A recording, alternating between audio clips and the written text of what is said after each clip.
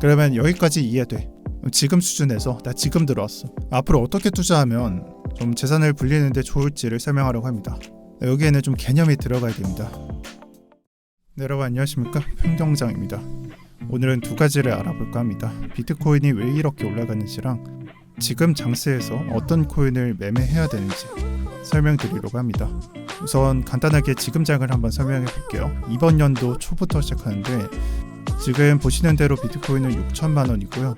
이번 연도 초에는 2천만 원이었으니까 3배 정도 상승했습니다. 그럼 첫 번째 왜 상승한 건지 설명을 해야 돼요. 이 상승 이유엔 세 가지가 있는 편입니다.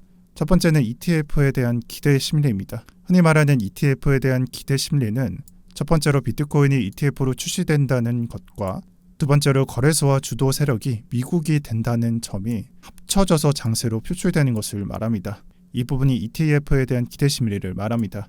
자, 그럼 두 번째부터 설명을 할 텐데 이 주도 세력이 미국이 된다는 걸 어떤 걸 의미하는 거냐. 이 효과는 코인베이스를 통해 알 수 있고요. 코인베이스의 거래 대금을 10월 16일부터 보면 지금 현재까지 우상향하고 있는 걸 알 수 있습니다. 이전의 추세와 매우 다름을 알 수 있고요. 이러한 모습이 최근에 있었던 미국 내 바이낸스 견제라는 이슈랑 합쳐져서 결국 주도 세력과 거래소가 미국이 된다라는 점으로 사람들이 의견을 모으고 있고요. 자, 그러면은 근데 두 번째는 사실 가격과 상관없는 거 아니야? 이런 생각을 할 수 있어요. 그러니까 왜 주도권이라는 문제가 비트코인 가격 상승의 원인이 되는가라고 생각을 할 수 있습니다. 하지만 이 주도권이라는 문제는요. 결국에 결과값을 도출해보면 사람들이 생각했을 때 비트코인 ETF 승인 확률에 도움이 된다라고 생각하기 때문이에요. 즉 중국이 아닌 미국이 주도권을 가져야 ETF가 승인될 확률이 높다라고 사람들이 생각하고 그것이 컨센서스로 자리 잡았다라는 내용이겠죠. 지금까지 설명한 내용이 사실 코인베이스 차트에 들어가 있습니다. 코인베이스 차트는 70원부터 150원 근처를 갔고요. 최근 한 달 동안 2배가량 상승했습니다. 그래서 투자자들의 평가가 꽤나 긍정적이라는 점을 코인베이스 주가를 통해서 알 수 있고 이러한 부분 때문에 올라가는 첫 번째 이유가 되는 겁니다. ETF에 대한 기대 심리가 상승 이유 첫 번째가 되는 거예요. 그리고 두 번째는 수급의 문제입니다. 조금은 어려울 수 있는데 간단하게 한번 생각을 해보세요. 투자 자산의 수급을 말할 때 돈 들고 들어오는 사람이 수급이죠. 그래서 가장 중요한 건 투자 자산의 증가랑 감소예요. 돈 들고 오는 사람이 많아지면 올라가고요. 없어지고 심지어 파는 사람이 많다면 떨어질 수밖에 없어요. 이런 것들을 주식에서는 흔히 말하는 채권의 상반관계로 나눠 표현을 하는데 즉 채권이 많아지면 주식 떨어지고 이런 것들 이런 식으로 표현을 하는데 가장 정확한 건 M2죠. 유동성을 말합니다. 그리고 비트코인은 이 M2라는 것과 높은 상관관계를 갖고 있어요. 이 아래에 있는 차트를 보시면요. 비트코인 전년 대비 변화값을 나타내는 게 하얀색이고요.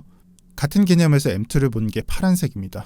그래서 20년도부터 22년도를 보면 M2 값을 먼저 보면 M2가 20%가량 증가하다가 그 다음에는 15%, 10%, 5%, 0% 마이너스까지 풀리는 돈이 점점 줄었다는 걸 볼 수 있습니다. 비트코인 차트는 어땠냐? 이렇게 M2가 줄어들자 비트코인도 같이 바닥을 쳤어요. 어쩔 수 없었다라는 거죠. 풀리던 돈이 전년 대비 10에서 20%씩 상승을 하다가 마이너스까지 보러 가니 이런 폭락과 약세가 나왔던 겁니다.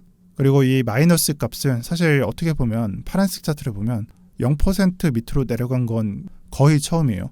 15년도를 제외하면은 M2는 절대값에서 증가만 했지 이런 식으로 낮아진 적이 없습니다. 그러니까 이만큼 내려갔으니까 약세장으로 표출됐다라고 말하는 겁니다.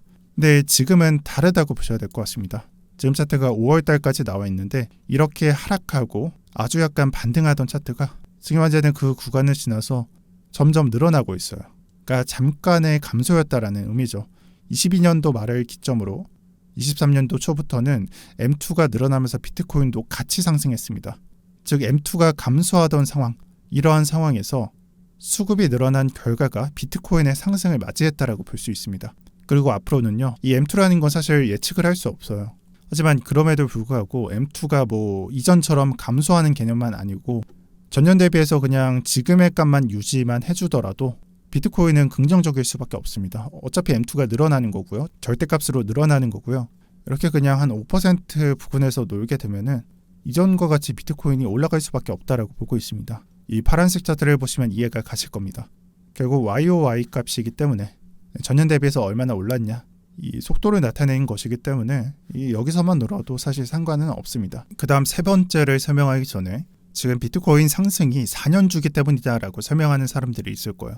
네, 그건 절반은 맞고 절반은 틀려요. 그리고 제가 보는 시선에서는 틀린 말입니다. 이 4년 주기부터 설명을 해야 되는데 비트코인 4년 주기설은 08년도 상황부터 이해해야 됩니다. 방금 설명드렸다시피 시장의 유동성을 들어서 설명드렸다시피 전체 시장을 봐야 돼요.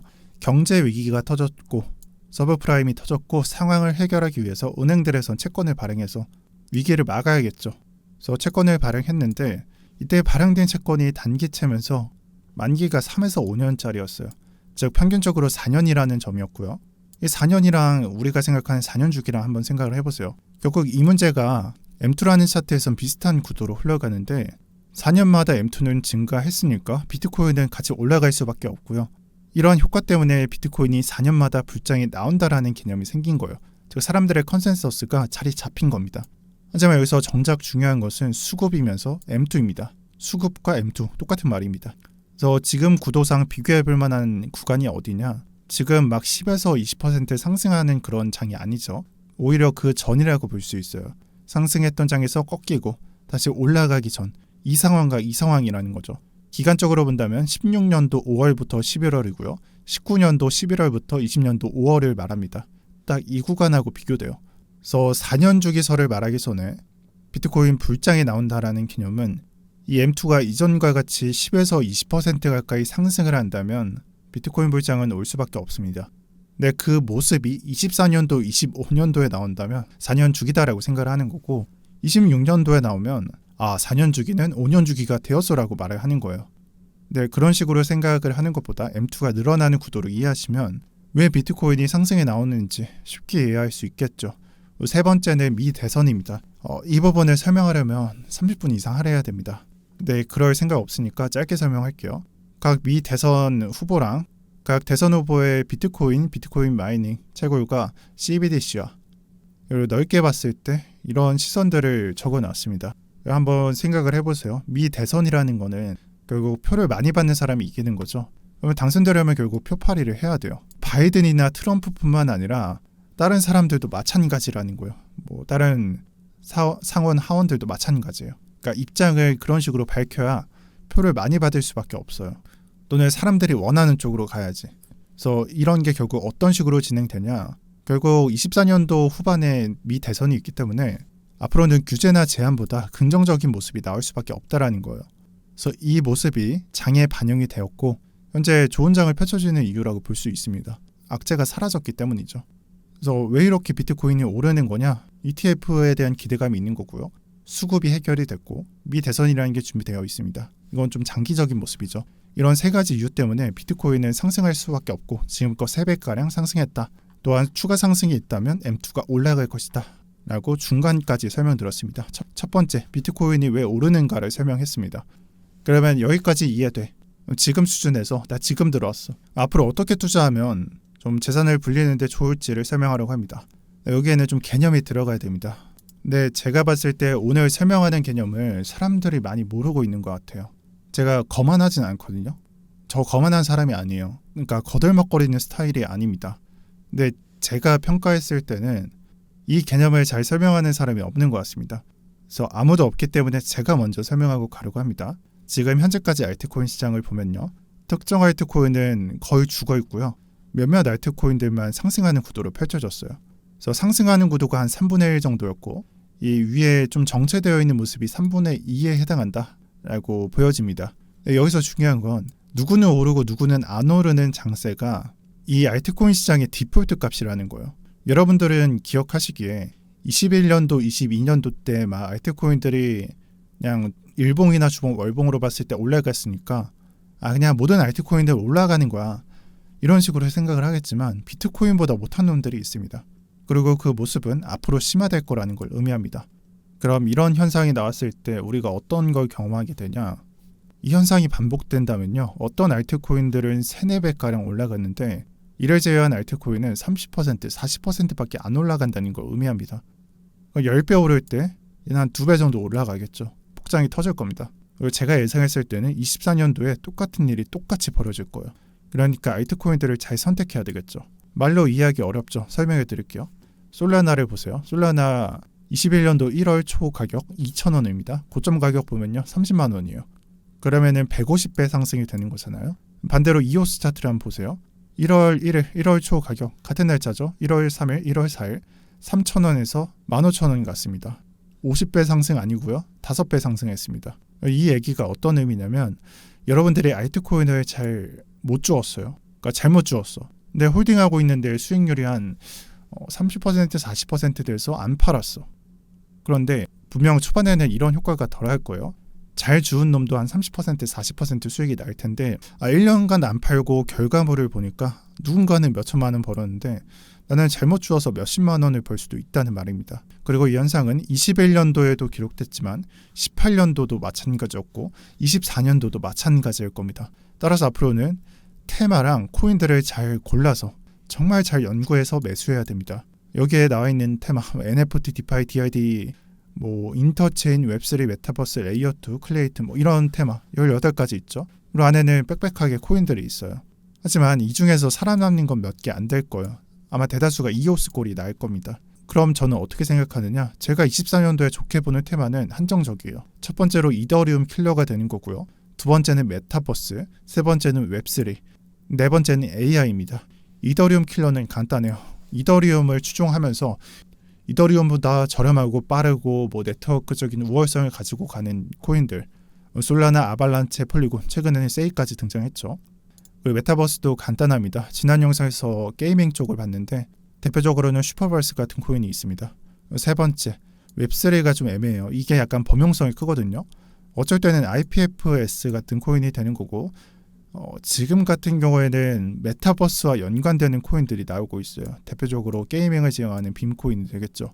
그리고 마지막으로 AI 코인은 오픈 AI 영향을 받는 코인들입니다. 패치, 렌더러, 비트텐서, AKT 코인 이런 코인들이 대표적입니다.